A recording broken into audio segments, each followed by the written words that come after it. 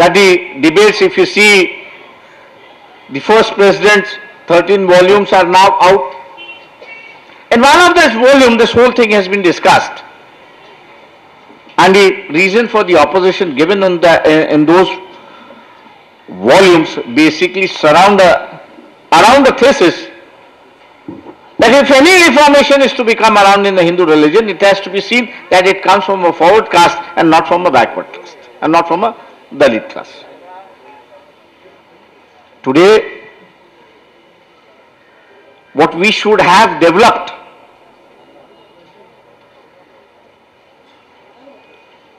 the initial rights that were given to a woman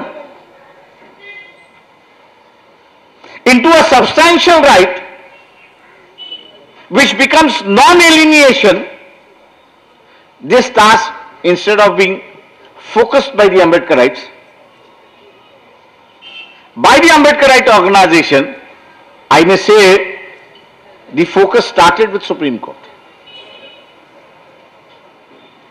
Because some of the decisions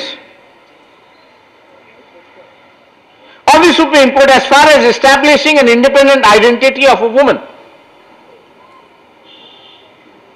crossed even the boundaries of the legislation, of the 5 different legislations that I have said. One of the examples which I will give over here is a case of a widow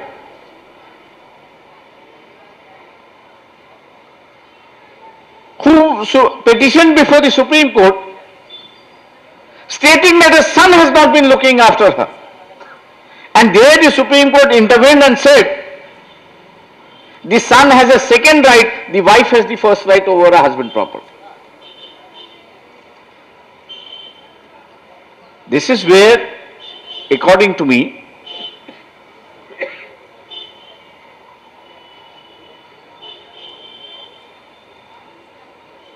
that Dr. Babasaheb Ambedkar, in this whole system of caste and his analysis of caste, which some of his articles are published in the Siddha publications by the People Education Society, where he referred to endogamy and exogamy within the Hindu society, and there he came out with a theory as to how different communities were entrapped into a system where the caste became more stronger, and there he said, and there he established that the movement of the woman was not only restricted, but it was codified. And the moment it got codified, they say that the caste system became rigid in this country, and today what we have faced, what he has said is that to liberate people from the caste system, you have to make the woman an independent woman, not only economical, not only socially independent woman, but also we have to see that that woman becomes an economically independent also. There are further areas I need not say, where social development has to take place in the same law. It is very good and most gratifying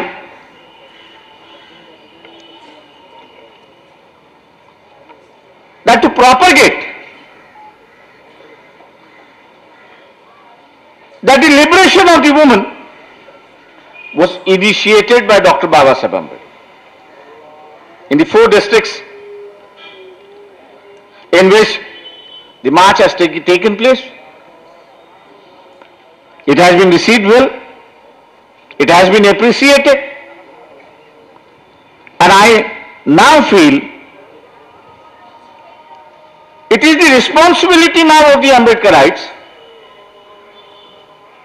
to establish Dr. Babasaheb Ambedkar beyond the Lakshman Rekha that we have kept of SC and ST. We need now to cross those limits. Society is moving ahead. In different directions the society is moving.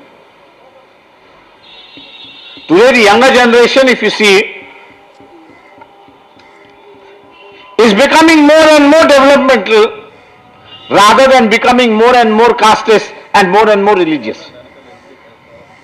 This is the phase of a younger generation.